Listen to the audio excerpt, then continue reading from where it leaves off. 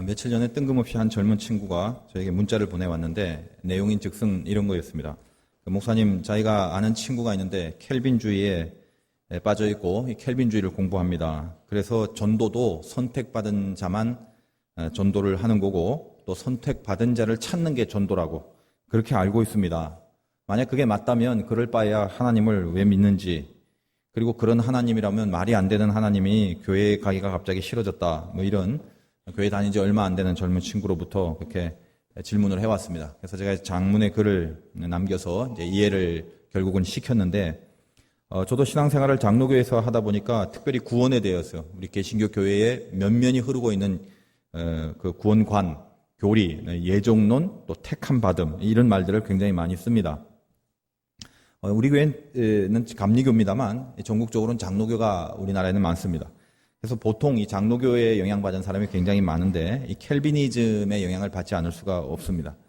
그래서 이 장로교 공부를 하다 보면 이 켈빈주의의 예정에 대해서 요약하여 한 5가지의 그 이론이 있습니다. 그래서 튤립 이론이라고 그러는데, 뭐 신학교에서 배우는 내용입니다만 간단하게 우리 개신교, 특히 뭐 예정, 또 택함 이런 거에 원조가 되는 이 켈빈주의에 대하여 잠깐 좀 얘기를 한다면, 이 튤립이 TULIP, 뭐 꽃 중에 하나입니다만 그 앞자를 그 이니셜을 따서 5가지 그 이야기를 합니다. 첫째 T는 total depravity란 말인데 전적인 타락, 누구 한 명 예외 없이 세상 사람 다 타락했다.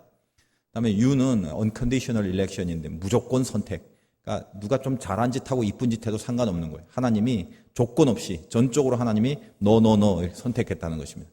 L은 irresistible grace, 불가항력적인 은혜.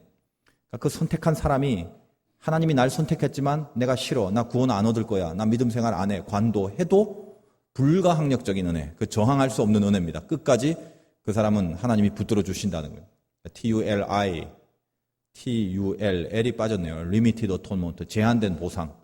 그러니까 다가 아니라 무조건적으로 선택하는데 몇 명만, 이렇게 10명이면 10명, 20명이면 20명, 하나님이 딱 그 사람들만 보상을 해준 거고, 그 다음에 이제 아까 말했던 불가항력적 은혜, irresistible grace, 그 다음에 마지막엔 perseverance of the saint, 성도의 보존. 한 번 성도는 영원한 성도.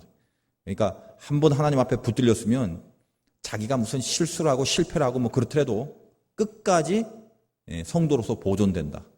이 5가지 이론이 튤립 이론이라고 해갖고 켈비니즘의 핵심입니다. 핵심. 사실 장로교에서 공부를 한다 그러면 켈빈을 배우는 건데, 이 켈빈의 이 이론을 사실은 좀 더 확장하고 깊이 있게 배우는 것입니다. 가만히 이렇게 좀 들어보면 좀 이렇게 너무 극단적인 것 같습니다만, 사실 그 종교개혁 당시 그 이론의 초점, 주제가 어디 있냐, 이걸 이제 잘 살펴봐야 됩니다. 어디까지가 맞고 무엇이 틀렸느냐가 아니라 왜 그런 극단적인 내용이 나왔을까. 중세시대에는 교황이 권세를 잡고 있고 교회가 한 인간의 구원을 좌지우지하는 세력이 있었습니다. 종교개혁이라는 것이 무엇입니까? 전적으로 은총이 하나님 앞에 달려있기 때문에 우리의 구원과 또 우리 하나님의 자녀됨을 이루는 권세가 어떤 사제나 인간이나 교회의 제도에 있지 않고 하나님 앞에 있다는 것을 강조하기 위하여 켈빈은 그런 이야기를 한 것입니다. 자, 다 타락했습니다. 무조건적인 선택이기 때문에 이 사람이 사람적으로, 인간적으로, 뭐 휴머니즘적으로 뭘 잘하든 못하든 그게 상관이 없다는 거예요. 전적으로 타락했고 무조건적으로 하나님만이 선택하는 것이고, 나도 거기 들어갈래요 하고 인간이 발버둥치고 내가 무슨 뭐 면죄부를 살게요, 무슨 주기도문을 100번 외울게요, 그런다고 되는 게 아니라 제한된 보상, 제한된 구속만 받는 거예요. 그리고 나 싫어요 해도 그 싫다도 안 되는 거예요. 다 이런 모든 극단적인 내용의 초점이 어디 있다고요? 모든 은총, 구원은 하나님이 붙잡고 있다. 사실 이걸 이제 얘기하려고 그런 그 이론들이 들어왔습니다. 근데 이런 핵심을 놓치면 모든 구원은 하나님이 이루어주신 하나님의 은혜다라는 이 주제를 부각시키기 위하여 만든 이론인데, 이런 핵심을 다 놓쳐버리면 어떻게 하면 이렇게 생각할 수 있죠. 그래, 하나님이 다 마음대로 해버릴 것 같으면 나는 뭐 넉넉고 아무렇게나 살아도 되겠네. 그래서 멋대로 살아가도 안심할 수 있는 그런 어떤 잘못된 것으로 이 이론들이 도용될 수가 있는 거겠죠. 그래서 보통 우리 개신교에서 예종론을 많이 이야기합니다만 그 핵심은 하나님의 주권, 구원을 이루시는 것은 하나님의 주권이다를 강조하는 거지, 인간이 아무것도 안 하고 살아도 된다라는 것을 강조하는 게 아닙니다. 그러니까 그 강조점이 어디 있는가를 이해하시고 그것을 이해하는 측면에서 이제 받아들여야 된다는 거죠. 복잡한 어떤 교리적인 설명을 조금 더 쉽게 한번 해봅시다. 하나님의 구원은 이렇게 생각하면 됩니다. 지금 우리가 다 구원을 얻는다, 이런 것을 가정할 때 이 구원의 밧줄이 있는데 이 밧줄을 우리 모두에게 하나님이 지금 내려주십니다. 그래서 내 앞에 이렇게 구원의 밧줄이 있어요. 만약에 예정론으로 친다면 이 구원의 밧줄이 우리 모두에게 있는 것이 아니라 몇몇에게만 지금 있죠. 하나님이 선택한, 그게 10명이든 20명이든 100명이든. 그리고 그 밧줄은 끝이 올가미가 되었고 내 목에 이렇게 딱 걸려져 있습니다. 그래서 그걸 하나님이 끄집어 올리는 거예요. 그러니까 몇 명 선택받은 이 안에 있는 사람만 모가지에 밧줄이 걸려갖고 이렇게 자기가 싫어도 할 수 없고 나 이거 밧줄 필요 없어요 해도 할 수 없이 그렇게 끌려가는 거. 그게 어떤 예정론의 극단적인 이론입니다. 근데 그게 맞냐 틀리냐가 아니라 초점이 어디 있느냐, 그게 중요한 거죠. 하나님의 손에 있다라는 거예요. 근데 우리 감리교는 조금 다릅니다. 만인 구원설. 그러니까 우리 모두에게 하나님의 이렇게 밧줄이 내려왔는데 밧줄이 올가미처럼 된 게 아니라 내 앞에 이렇게 밧줄이 뚝 떨어집니다. 그럼 이 밧줄이 효용이 있으려면 내가 내 앞에 떨어진 밧줄을 내 손으로 꽉 붙잡아야 이 밧줄과 내가 연결이 되는 것입니다. 이게 구원입니다. 그러니까 이거는 다시 또 다른 말로 하면, 만약 내가 이 밧줄을 꼭 붙잡고 싶고 나는 어떻게든지 간에 구원 얻을 거야 라고 아무리 소나기에 힘이 세고 마음에 간절함이 있고 끝까지 안 놓칠 거다라는 각오가 있다 할지라도 내 앞에 만약 구원의 밧줄이 떨어지지 않고 옆에 사람만 있다면 나는 전혀 구원을 이루는 것이 못 되겠죠. 구원 얻고 싶어도 안 되는 거겠죠. 그래서 우리 감리교는 이 모든 사람, 만인을 구원하는 하나님의 마음, 우리 앞에 다 밧줄이 이렇게 내려와 있습니다. 거기다 더하기 인간이 그것을 붙잡을 수 있는 자유의지도 놓치지 않고 있습니다. 그러니까 장로교와 감리교가 뭐가 맞냐 틀리냐의 싸움이 아니라 둘 다 사실은 공통적으로 뭐가 있습니까? 하나님이 구원의 시발점이고 하나님이 구원의 주체자다라는 것입니다. 우리에게 하나님께서 밧줄을 내리시지 않으면 우리는 어떤 노력을 해도 되지 않는 거죠. 그런 의미에서 캐톨릭에서부터 우리 개신교가 올 때 모든 구원과 하나님의 자녀됨을 이루는 정점이 그것이 하나님이다. 모든 구원은 하나님께 있다. 이 얘기를 강조하려고 그런 사실 이론들이 만들어지게 된 것입니다. 그러니까 이 성경 안에도 이런 그 교리를 쉽게 예수님의 예로 표현한 부분이 있는데, 예를 들면 마태복음 22장 같은 데 보면 그 임금이 혼인잔치를 하나 치릅니다. 그리고 많은 사람들에게 초청장을 주죠. 근데 다 뭐 싫어합니다. 뭐 무슨 일이 있다, 뭐 일해야 된다, 나는 무슨 바쁘다. 화가 났죠. 그래서 아예 초청장을 이렇게 몇몇한테만 주는 게 아니라, 지금도 뭐 이렇게 올라오면서 보니까 이렇게 결혼하는 청첩장이 뭐 이렇게 있더라고요. 우리 청첩장 같은 경우에는 아는 사람한테 보통 주지 않습니까?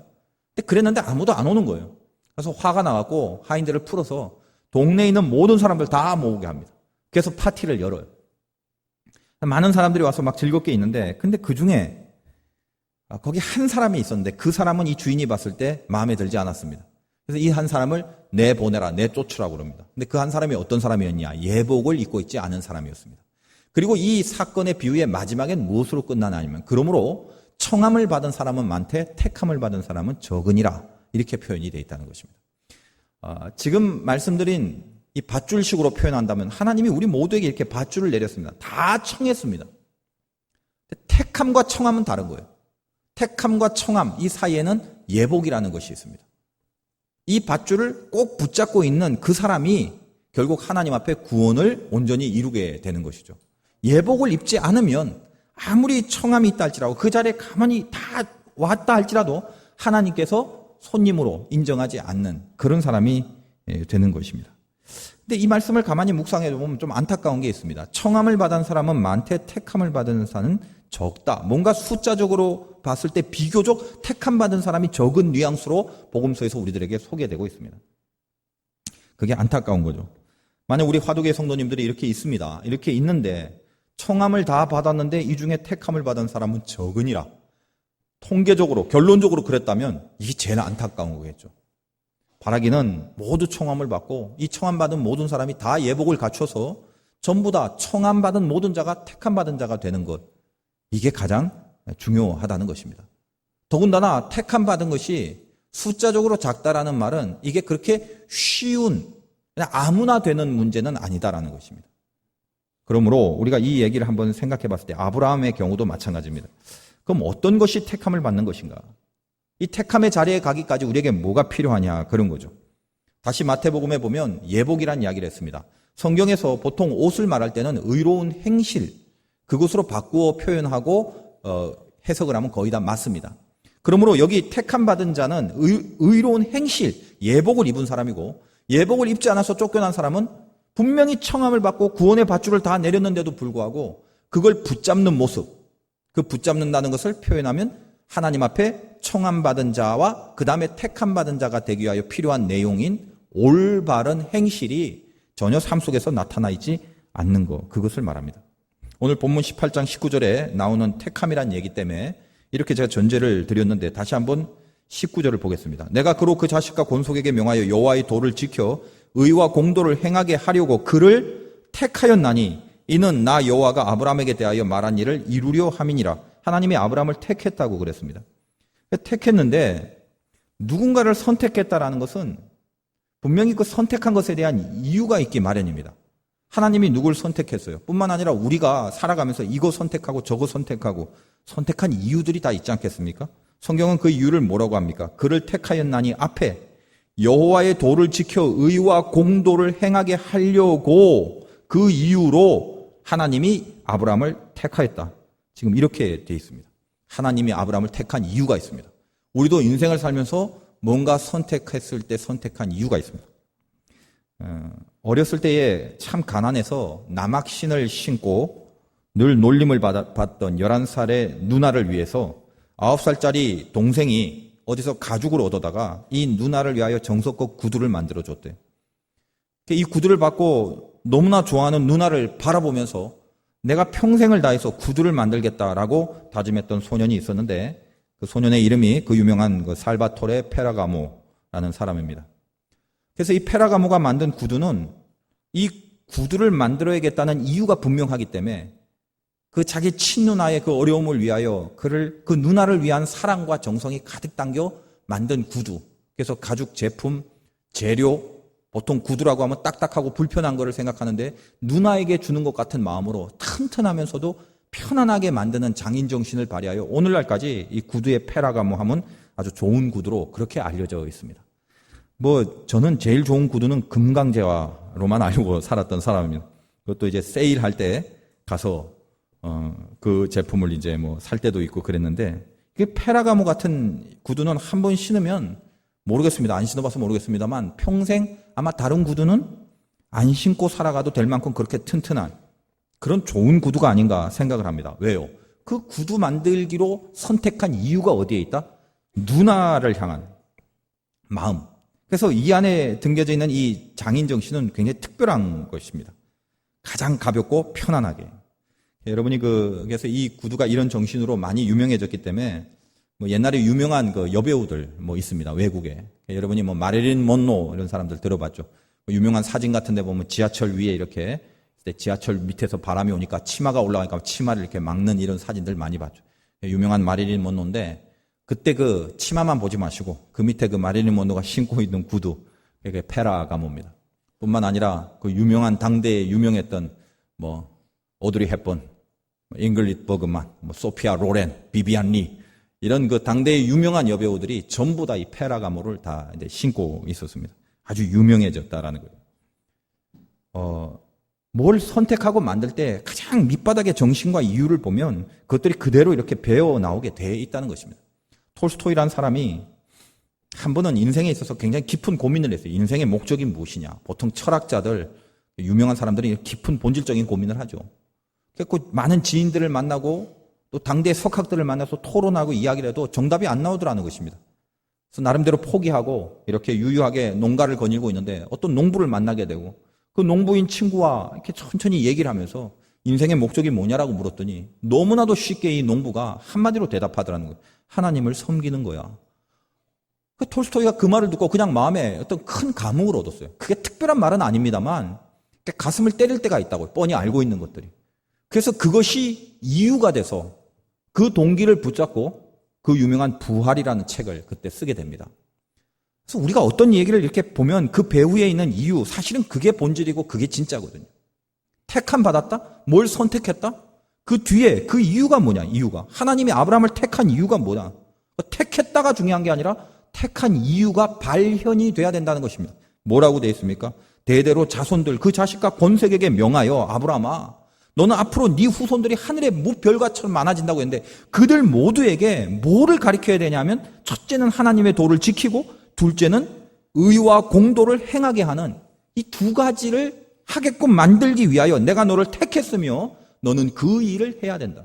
오늘 우리가 영적으로 아브라함을 믿음의 조상으로 모시고 있다면 이 아브라함의 후손된 우리들이 가져야 될 택함받은 자답게 살기 위하여 전수받아야 되고 지켜야 될 내용 그리고 전해줘야 될 내용이 뭐다? 여기 있는 여호와의 도를 지키고 의와 공도를 행하는 것. 이 삶을 살아야 된다는 것입니다. 우리가 인생을 살아가면서 이 택한 이유를 모르면 그냥 청함의 수준에 머무르고 있습니다.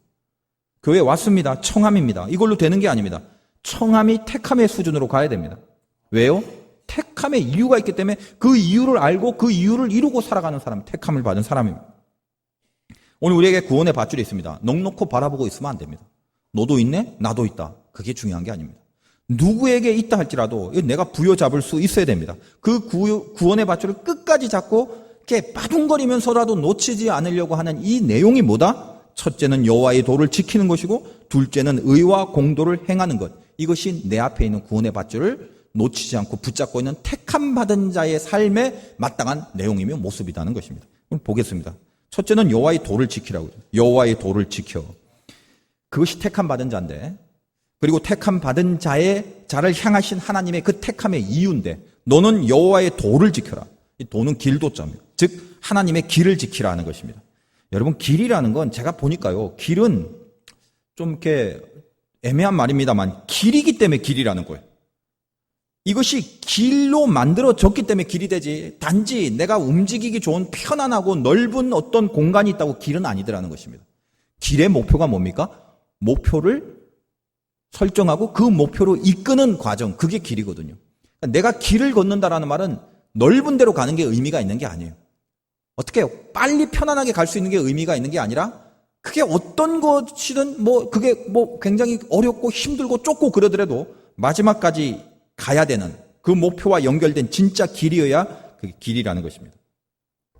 자, 저번에 그 웨슬리 공부 때문에 필리핀에 갔었는데 그때 제가 있는 곳이 올티가스라는 약간 좀 도시적인 그런 곳이었는데 그 공부하는 곳에서 바깥으로 나가면 그 몰이 하나 있습니다. SM 몰이라고.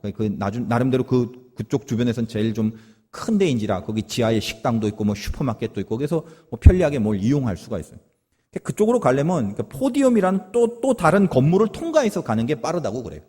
그래서 그 길을 이렇게 가야 되는데 멀리서 그 SM몰이 보이기 때문에 대강 저 방향으로 가면 되겠다 하고 감을 잡고 이제 그 포디움이란 건물 들어가서 이리저리 그쪽 방향으로 갔습니다. 여러분도 그런 경험 있죠? 어딘가 건물이 보일 때 글로 가야 되면 사실 잘 모르지만 대강 그쪽으로 가야겠다고 이렇게 가지 않습니까? 그럼 대부분 찾는 경우도 있습니다만요. 그때 제 경험은 찾지를 못하겠어요. 안에서 어디로 가야 되는지 복잡하고 구석구석 좁은 데가 너무 많고 지하로 들어갔다 이래서 도저히 찾지를 못하는 거예요. 한참을 헤맸습니다. 그리고 그러다가 이제 포디움 건물 바깥으로 나가도 그 SM은 저기 멀리만 있고 제대로 찾지를 못하게 된 것이죠. 분명히 거기 있는 걸 알고 그쪽으로 가면 될 것 같았는데 말입니다. 근데 그 다음에 그 필리핀에서 오랫동안 사역하던 우리 공부하시는 목사님 중에 한 분이 필리핀에서 오래 사역을 했는데 그 목사님과 같이 거길 갔어요. 나를 따라오라고. 그러더니 뒤도 안 돌아보고 그 포디움으로 들어가더니 지하로 내려가더니 계단을 꺾고 돌아가더니 이렇게 둘러보지도 않아요. 너무나 익숙한 거리인지라 그 뒤를 바짝 쫓아갔어요. 그랬더니 이렇게 가더니 금방 출입구로 나가니까 거기에 SM몰이 척 하고 있는 것입니다. 제가 그때 느낀 게 뭐냐면 이게 길이다. 이게. 이런 걸 길이라고 그런다. 내가 생각할 때는 대강 저쪽으로 가야겠다 싶어서 이렇게 그쪽으로 넓게 열려진 그 길만 가면 나올 줄 알았다고. 근데 길이라는 게 그런 게 아니더라는 거예요. 마음으로 좀 이렇게 깝깝함이 있다 할지라도 이쪽 방향으로 대강 가면 빠르게 나올 줄 알았는데 길은 이미 길로 만들어진 길이 있더라는 거예요. 틀이라는 게 이렇게 있다라는 것입니다. 여러분 신앙생활 하면서도 내가 하나님의 길을 지킨다는 것은 편하고 무슨 넓은 길로 가는 것을 의미하는 것이 아니라 혹은 대강 그쪽으로 감직하면 된다라는 정도가 아니라 그 길로 가기 위한 어떤 정형화된 틀, 그게 우리 안에 이렇게 길처럼 놓여 있다는 것입니다. 그러니까 이 길로 들어가려면 신앙생활하면서 반드시 이 길로 들어가야 되는데 이 정형화된 어떤 틀 속에 들어가야 되니까 신앙생활을 하게 되면 제일 먼저 다가오는 감각이 뭐냐면 속박입니다. 속박. 내가 또 여길 들어가야 되는. 이렇게 불편함이 온다는 거예요. 여러분이 예수를 믿고 처음 나타나는 증세는 불편함입니다. 불편함. 제가 처음에 교회를 다니고 제 마음속에 옛날과는 다른 감각이 하나 생겼는데 그게 뭐냐면 이게 브레이크예요. 브레이크. 옛날에는 이렇게 가고 싶으면 이렇게 갔는데 교회를 다니기 시작한 때부터는 일로 이렇게 갈랬는데 끼익 하고 내 마음속에서 브레이크가 걸리더라는 거예요. 거기는 아니야. 이렇게 막혀요. 난 옛날에 이렇게 갔는데 근데 그게 아니라는 거예요. 제동이 걸리면서 나를 구속하기 시작해요. 그럼 아닌가 보다. 저쪽으로. 저쪽으로 가니까 이쪽에서 또 브레이크를 딱 걸어요. 여긴 아니야. 이러면 안 돼. 그러니까 굉장히 불편해요. 신앙생활 하면서.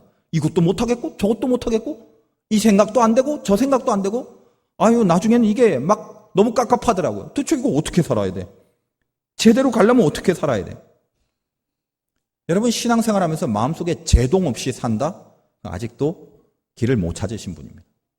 하나님 앞에 가는 길은 틀이 있다고 그랬습니다. 그거는 좁은 길이에요. 막 지하 같은 데도 들어가고 뭐 이렇게 물도 새는데 뭐 그쪽도 지나가더라고요.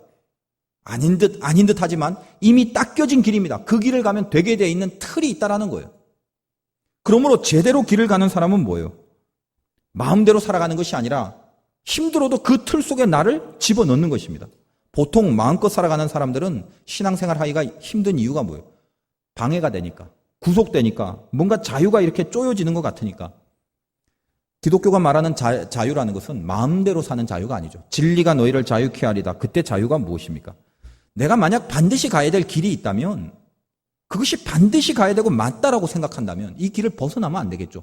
마음대로 산다는 건 벗어나는데 에이 관도 난 마음대로 살 거야. 나는 자유로우니까. 이거는 성경이 말하는 자유가 아닙니다. 누구나 마음대로 살고 싶어도 이것이 맞는 길이기 때문에 그 길이라는 틀 속에 나를 일부러라도 잡아 끌어들여서 그 틀을 떠나지 않으려고 나를 컨트롤할 수 있는 이 능력이 자유입니다. 자유. 진리가 너희를 자유케 하리라. 맞는 길이기 때문에 나를 싸잡아서 힘들지만 이 길로 나를 내 스스로가 틀어넣는 그 자유. 그겁니다. 우리 기독교는 전제가 있어요. 우리 모두가 죄인이라는 거예요. 그 말은 우린 스스로 거룩한 자율성을 갖출 수 없는 존재입니다. 내버려두면 죄로 갑니다.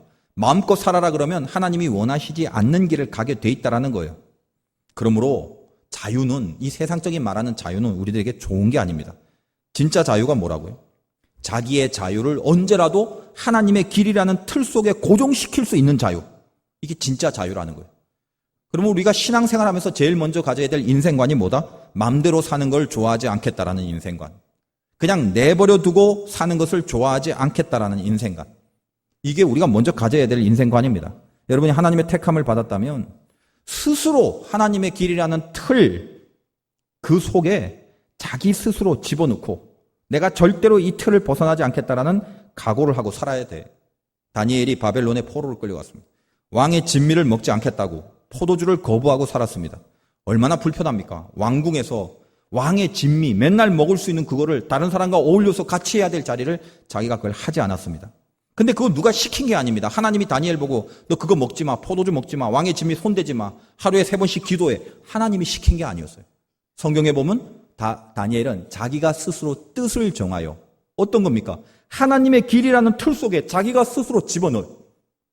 그리고 그 길을 이 길로 가야 된다는 걸 알기 때문에 자기 스스로 뜻을 정하여 그 틀 속에 자기를 거룩하게 속박시키는 것입니다. 그것이 뭐다? 여호와의 도를 지키는 자, 택함 받은 자의 인생의 내용이라는 것입니다. 그러므로 여기 혹시 신앙생활 잘 하려고 하니까 불편함을 느끼시는 분 있죠. 끊어야 돼, 버려야 돼, 돌아서야 돼, 이거 해야 돼. 아우 불편해. 왜 이렇게 얽매이는 게 많아? 그 축복으로 아십시오. 그게 신자의 참된 길입니다. 그 끝에 가야 될 마지막 자리가 있기 때문에 그렇다는 거예요. 여러분 이 중에 솔직히 청함으로 끝나고 싶은 사람 몇 명이나 있습니까? 아무도 없죠. 청함 받았으면 택함의 자리까지 가야 되겠죠. 내쫓길 수가 있겠습니까? 예복 안 입었다고? 다 우리 택함 받아야 됩니다. 어떻게 해야 돼요? 여러분 스스로 불편함을 만들어야 됩니다. 신앙생활하면서 스스로 불편해지려고 자꾸 해야 돼요. 자기 시간, 자기 습관 속에서 나의 틀, 하나님의 길을 가는 그 길의 틀들을 자꾸 만들어야 돼요. 더 기도하는 틀, 더 예배드리는 틀, 구제, 선교, 헌신, 봉사, 전도, 우리가 이미 알고 있는 하나님적인 내용을 내 인생 속에 이렇게 올려놓으려는 그 틀, 불편해야 치루어낼 수 있는 것들, 그런 것들을 애써서라도 만들어내는 자가 그게 택함 받은 자의 삶입니다. 물론 불편하니까 싸워야 되겠죠. 싫은 것도 있겠죠. 싫다고 안 한다? 그건 마음대로 사는 거죠. 싫지만 옳은 거기 때문에 꺾어서 한다. 이게 택함받은 자의 삶이라는 거예요. 여러분이 그 불편을 감수하고 그 틀을 지키느라 계속 불편해할 때, 저는 이런 불편을 거룩한 불편이라고 하는데, 하나님이 그런 사람들을 어떻게 다루시는지 두고 보시면 됩니다. 다니엘은 수많은 이스라엘의 포로들 가운데 하나님 앞에 영광을 돌릴 수 있고 그 영광을 보고 이스라엘이 복을 받는 하나의 구심점이 됐습니다. 그가 오해를 받고 누명을 써서 사자굴 속에 들어갔을 때 그 사자굴 속에서도 사자의 입을 막아버리는 하나님의 도우심을 입었습니다. 여러분, 신앙 지키려고 하나님의 길 속에 자기를 집어넣으려고 불편하고 속박됨을 느끼고 스스로 애써 이 하나님의 길을 벗어나지 않으려고 낑낑거리고 몸부림을 치고 있을 때 그 인생을 어떻게 한다고요? 하나님께서 반드시 도우신다라는 거예요. 우리는 어떻게 보면 인생에서 사자를 만날 때가 있습니다. 입을 크게 벌리고 우리를 으르렁거리고 주워 삼키려고. 신자라고 왜 그런 일을 못 만나겠습니까? 그러나 이 길을 가는 사람, 하나님 앞에 택함받은 자의 열매가 뭐다요? 내 앞에 놓여지는 사자가 입을 벌리다가도 하나님의 손에 의하여 그 입이 막히는 역사를 맛보게 된다는 것입니다. 이것이 거룩한 불편을 지켜내는 자의 소망입니다. 어느덧 우리들의 삶을 통하여 오늘 18장 18절에도 이런 표현을 하죠. 약속을. 아브라함은 강대한 나라가 되고 천하 만민은 그로 말미암아 복을 받게 될 것이 아니냐. 우리가 하나님의 길을 지킬 때 우리로 말미암아 나를 만나는 사람, 내 가정, 내가 참여하고 있는 그 일들이 하나님 앞에 복을 받게 되는 그런 근원지가 된다라는 것입니다. 내가 뭐 하고 있을 때? 택함받은 자가 될 때. 그 택함받은 자가 뭔데? 거룩한 불편을 감당하고 하나님의 길을 벗어나지 않으려고 노력할 때. 내가 택함 받았는지 안 받았는지 그걸로 점검하시기 바랍니다. 아직 신앙생활하면서 나는 불편함이 없는데 아직 길이 좀 묘연한 사람들입니다. 나는 하루하루 신앙을 지키려고 참 힘들다. 오늘도 이 속박 속에 있어야 되나? 이 틀 속에 있어야 되나? 마음대로 살고 싶은 다른 구석이 있는데 이걸 또 꺾어야 되냐? 이런 매일매일의 이 거룩한 부담감이 우리들에게 있다면 그 사람 좀 힘들어도요, 언젠가 사자의 입을 막아버리실 하나님의 도우심이 그 뒤에 버티고 있는 그런 택함받은 자의 삶이라는 것을 잊지 마시기 바랍니다. 그리고 두 번째는 이렇게 의와 공도를 행하라. 19절 보니까 이랬죠. 여호와의 도를 지키는 게 첫째. 그 다음에 의와 공도를 행하라. 이 공도라는 건 뭐 이렇게 올바르다란 말인데 합쳐서 옳고 바른 것을 행하라는 것입니다. 행하라. 의와 공도를 행하라. 택함 받았다면 옳다고 생각하는 것을 당연히 행함으로 가야 되겠죠. 우리 교회 다니면서 얼마나 많이 듣습니까? 행함, 뭐예요? 행함, 실천, 행함. 말로만 하지 마라, 생각만 하지 마라, 행함을. 그렇게 행하지 못하기 때문에 그런 말들이 많은 거예요, 사실은. 그러니까 행하라는 말처럼 많은 말을 들은 적이 없습니다. 어떤 말이 제일 많아요? 행하라는 말이 제일 많아요. 왜 그럴까요? 제일 행하지 않기 때문에 그래요. 그래서 택함받은 자에게서 이 행함이 있기까지 우리가 택함을 받았다면 내 속에 분명한 확신이 하나 있어야 돼요. 어떤 거다? 하나님의 심판입니다. 심판. 내 인생에 하나님의 심판이 있다는 생각. 이 공도라는 것은 영어 성경의 저지먼트, 이 저지먼트 자체가 심판이란 뜻도 있어요. 판단과 심판. 제가 아무튼 며칠 전에 평생 중요한 화두를 하나 얻었다고 그랬죠. 나에게 있어서 가장 중요한 보배가 무엇입니까? 신앙생활하면서 이거면 되는 그거 하나 좀 붙잡게 해달라고 하루 동안 좀 금식하면서 마음속에 하나님과 대화를 했을 때 하나님이 저에게 주신 감동이 뭐였습니까? 너의 보배가 되는 게 뭐다? 하나님을 두려워해라. 하나님을 경외해라. 하나님을 두려워하는 게 최고더라는 거예요. 근데 두려움이 왜 생길까? 왜 내가 하나님을 두려워할까? 하나님이 심판자이기 때문에 두려워하는 거죠. 하나님이 나를 평가하는 주체이기 때문에 하나님이 두려운 거예요. 잘한 것에 대하여 칭찬을 받는 기쁨도 있지만 좀 부담이 되고 감당하기 어려운 것은 내가 만약에 죄를 지었을 때 하나님이 심판을 하니까 형벌도 내가 받는다라는 생각 때문에 하나님을 두려워하는 거예요. 제가 이렇게 하나님을 경험해 본 결과 하나님은 정확하신 분이에요. 정말 정확하신 분. 오차가 없으세요. 그때는 왜 이래 했는데 시간 지나면 그럴 수밖에 없구나 이렇게 떨어지게 만드세요. 그 하나님을 얼마나 많이 경험했는지 몰라요. 지금 내 생각엔 이렇게 하면 이렇게 돼야 되는데 이거 왜 이러지 하고 있다가도 결국 보면 역시 그렇구나로 떨어지게 돼 있다는 말이에요. 그 하나님이 정확하다는 말은 간단하게 말하면 이겁니다. 죄를 지으면 벌을 주고 의로우면 상을 주시는 분. 그게 하나님이에요. 근데 왜 우리가 정신 못 차리고 살아가나? 수많은 사람들이 예수를 믿으면서도 왜 실패들이 많고 실수들이 많을까? 하나님을 두려워하지 않는 거죠. 하나님을 두려워하면서 살아야 된다는 걸 알지만 공력이 약하여 다 깨지지 못하다 보니까 금방 고난이 있거나 환란이 있으면 하나님을 두려워한다는 생각이 싹 사라져버려요. 내 기분이 나빠버리면 하나님을 두려워하지 않습니다. 내가 속상하고 내가 짜증이 나고 내가 어떤 스트레스가 오고 그러면 하나님을 두려워하는 생각이 없어요. 여러분 싸우는 사람들 보십시오. 싸웠다? 그 싸우는 사람은 두려움이 없는 사람입니다. 그 사람이 아무리 세더라도 한번 내 눈이 뒤집혔다 그러면 그 사람이 아무리 센 사람이라도 싸울 수밖에 없는 거죠. 하나님 앞에 하나님을 두려워하지 않았다? 내가 내 성질에 내 자아에 내가 돌아가 버린 것입니다. 그러면 하나님 두려워하지 않습니다. 천국 그런 거 안 가도 좋아. 이렇게 돼버려요 사람이. 희한하죠. 우리가 신앙생활하면서 여러 가지 실패들이 있는데 가장 뿌리를 파보면 거기에 뭐가 있나? 실패했을 때는 꼭 하나님을 두려워하지 않고 있더라는 것입니다. 제가 그래요. 저를 보니까 그렇더라고요. 그래서 하나님 앞에 참 감사한 깨달음이 있었어요. 평생 하나님만 두려워하는 거. 이거다 이거 붙잡으면 다 된다. 이것만 있으면 안 풀릴 게 없고 정답을 모를 리가 없구나. 하나님만 두려워하자. 진짜 하나님만 두려워하면 하나님께서는 길을 가르쳐 주시는 분이다. 우리가 하나님이 죄는 벌을 주시고 의는 상을 주시는 분이라는 걸 뻔히 알지만 수많은 사람들이 사실은 자기 죄에 대하여 벌을 받고 있는데도 그것을 감지하지 못하고 살 때가 많습니다. 지금 어떤 벌을 통하여 하나님이 사인을 주는데 감지를 못해요. 왜? 받고 있는 벌의 크기가 내가 봤을 때 그렇게 크지 않게 느껴지기 때문에 그렇습니다. 벼락을 맞아야 되는데 벼락을 맞지 않고 있어요. 그냥 상처, 그냥 좀 손해, 그냥 좀 그렇다 이 정도. 그러니까 내 안에 깊이 박힌 어떤 악한 사단의 가시를 하나님이 주시는 사인 때문에 뽑아야 되거든요. 이게 연단을 통한 고난이든 벌을 주려는 고난이든 그런 게 중요한 게 아니라 그 다음 게 중요하죠. 어떤 거라도 그걸 통해서 내 안에 하나님이 원치 아니하시는 사단의 가시를 뽑아야 된단 말이에요. 하나님은 벌을 주기 위한 벌이 아니라 우리를 사랑하시기 때문에 사실 벌이 아니라 그것은 연단이고 기회거든요.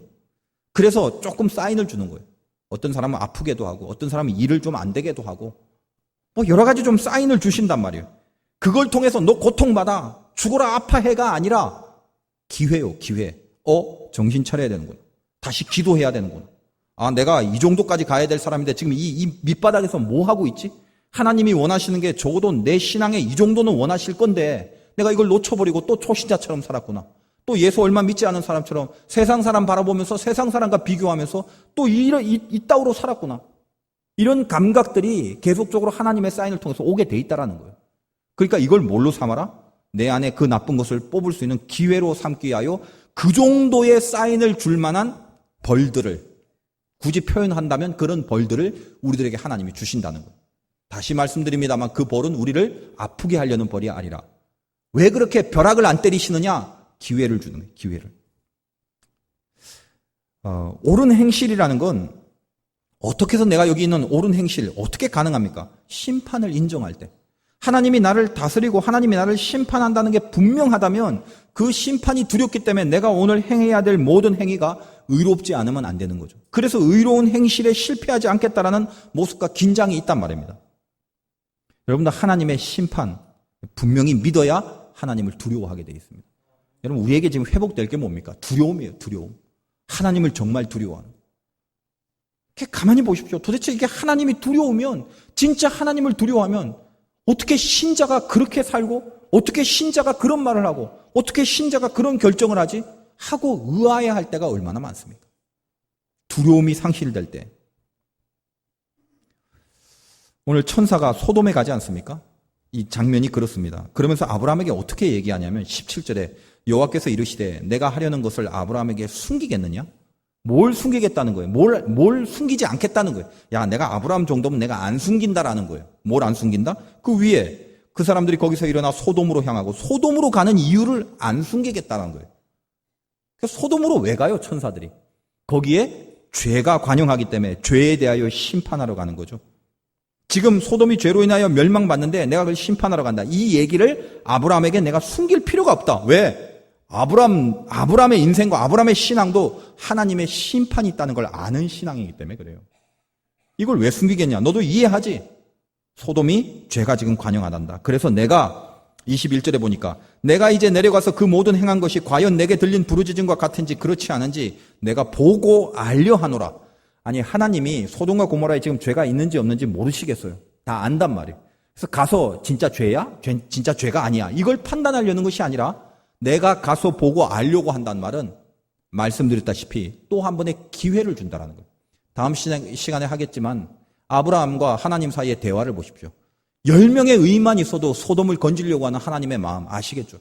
그러니까 이 소돔과 고모라를 정죄하고 완전히 무슨 심판하기 해서 없애버리려고 가는 것이 아니라 1차적으로는 기회를 주신다는 거예요. 그래서 하나님은 심판의 하나님이지만 그 심판의 1차적 내용은 항상 기회입니다. 여러분이 어떤 사인이 올 때 그게 조금이라도 뭔가 올 때 원망하거나 왜 이래요로 가지 마시고 이것이 나 안에 있는 어떤 악한 것들을 뽑아낼 수 있는 하나님이 주신 은혜의 기회로만 삼으시면요. 어떤 경우라도 영광으로 도약할 수 있는 하나님 안에서의 디딤돌이 다 될 수 있다는 것입니다. 이 귀한 디딤돌을 왜 절망의 도구로 쓰고 왜 낙담의 도구로 쓰고 왜 원망과 불평의 도구로 쓰십니까? 하나님이 제일 안타깝게 여기는 게 그거죠. 내가 사랑하는 자녀를 위하여 주신 사인인데 그 사인을 사인답게 이루지 못합니다. 그것처럼 하나님이 안타까워하실 게 어디 있겠냐 이 말이에요. 소돔에서 죄 때문에 뭔가 들려오는 소리가 많았습니다. 그러나 하나님은 기회를 주시고 싶었습니다. 지금 우리 삶 위에 하나님께서 구원의 밧줄을 던졌습니다. 빨리 붙잡아야 되는데 그리고 놓치지 말아야 되는데 하나님은 안타깝게 우리를 보고 계십니다. 소돔과 고모라는 그저 죄를 짓고 말았습니다. 기회를 줬지만 단 의인 10명도 내놓지 못했습니다. 마음대로 살아버리고 말았습니다. 옳은 행실이 없습니다. 여기 택함받은 자의 이유였던 의와 공도를 행하는 모습이 전혀 나타나지 않았습니다. 그래서 하나님은 끝내 이 소돔과 고모라를 멸망시키고 말았습니다. 유황불로 태워버리고 말았습니다. 여러분 우리 인생을 한번 봅시다. 그 소돔과 고모라 참 하나님의 심판받더니 제대로 살지 똑바로 살지 그렇게 보지 마시고 지금 내 안에 혹시 소돔과 고모라 같은 근성들이 남아있지 않습니까? 만약 타임머신이 있다면 유황불로 다 태워 죽어버린 그걸 경험한 소돔과 고모라 사람들에게 그걸 경험했던 사람들에게 다시 시간을 돌려서 타임머신을 타고 가서 한 하루 전으로 가서 여보시오 똑바로 옳은 행실 하나님 앞에 의와 공도를 행하고 살래요 말래요? 그러면 그들은 누구 한 명 예외 없이 꼭 의롭게 살고야 말겠습니다라는 고백을 할 겁니다. 왜요? 유황불로 이미 심판을 받은 경험을 했기 때문에 그렇다는 거예요. 여러분 이 세상에 변화받은 사람들 많죠. 인생에 큰 변화를 일으킨 사람. 인생에 큰 변화를 일으킨 사람들 중에 통계적으로 가장 큰 변화를 일으킨 부류가 누군가? 누굴 것 같아요? 기독교인? 불교인? 이슬람교도인? 통계적으로 봤을 때요. 가장 혁혁한 큰 변화를 일으킨 사람들은 죽었다가 좀 있다가 잠시 후에 살아난 그런 경험들을 좀 한 사람들 많죠. 그 사람들은 거의 다 인생에 혁혁한 변화를 다 일으켰다는 것입니다. 왜 그럴까요? 잠깐이지만 심판의 시간을 영혼으로 느꼈기 때문에 그래요. 죽고 나서 내 인생이 끝이 아니라 그 영혼의 세계 속에 나를 평가하는 뭔가가 있다는 걸 드디어 온몸으로 깨닫고 다시 이 땅에서 눈을 떴기 때문에 100% 다 변화됐습니다. 100%. 이제껏 살았던 삶 속에서 완전히 바뀌어졌다는 거예요. 여러분 우리는 이미 심판 알잖아요. 안 당해봤다고 그렇게 사시게요? 나중에 가서 보자라고 미루실 판이에요? 우리 마음속에 회복돼야 될 것이 뭡니까? 하나님의 심판. 그분을 두려워하고 그렇기 때문에 무슨 이렇게 가슴 졸이며 살라는 말이 아니라 올바른 행실에 내 모든 것을 걸고 살아가는 신자의 삶을 살아야 된다는 것입니다. 심판하니까 이런 21세기에 무슨 동화 같은 얘기냐? 수백 년 지나고 수십 년 지나도 무슨 벼락 하나 안 떨어지더라? 심판 같은 거 없는 것 같더라? 그런 무식한 사람 되지 마십시오. 지금도 하나님은 여전히 우리를 심판하고 계십니다. 그 심판을 깨닫지 못할 뿐이고 기회를 계속 주시고 있는 것을 내 영혼이 민감하게 감지하지 못할 뿐이고 그런 어리석은 삶을 살 뿐이지 하나님은 지금도 심판의 원리를 우리 개개인의 삶 속에 계속 보여주고 계신다는 거예요. 선택받은 자, 택함받은 자, 내가 하나님 앞에 청함 정도가 아니라 택함까지 받은 자라는 이 신념과 확신은 옆 사람이 나에게 가르쳐주는 것이 아닙니다. 무엇을 통하여 터득하는 것입니까? 내가 지금 스스로 옳은 행실을 행해 나가면서 내 자식과 내 권속과 내가 만나는 모든 사람들에게 이렇게 사는 게 맞다라는 일을 전하는 그런 삶을 살아감으로 내가 스스로 하나님 앞에 택함받은 자라는 걸 스스로 증명하면서 사는 것, 그거밖에 없다는 것입니다. 여러분 전부 다 하나님의 택한 사람이 되기를 바라요. 항상 심판을 의식하고 하나님만 두려워하고 살아간다면 하나님은 우리의 택하심 속에, 그 택함받은 사람 속에 예복을 입고 살아가는 사람으로 인정하시고 오늘 이 아브라함에게 내려주신 축복처럼 너로 말미암아 드디어 진짜 복이 내려지는 그 일을 감당케 하시리라. 그것이 우리를 향한 하나님의 약속입니다. 하나님 우리 다 선택하셨습니까? 이유가 있습니다. 그 이유를 이루시는 일에 승리하셔야 됩니다. 한 주간의 삶 속에도 택함받은 자답게 살아가는 삶이 되시기를 우리 주님의 이름으로 축원드립니다.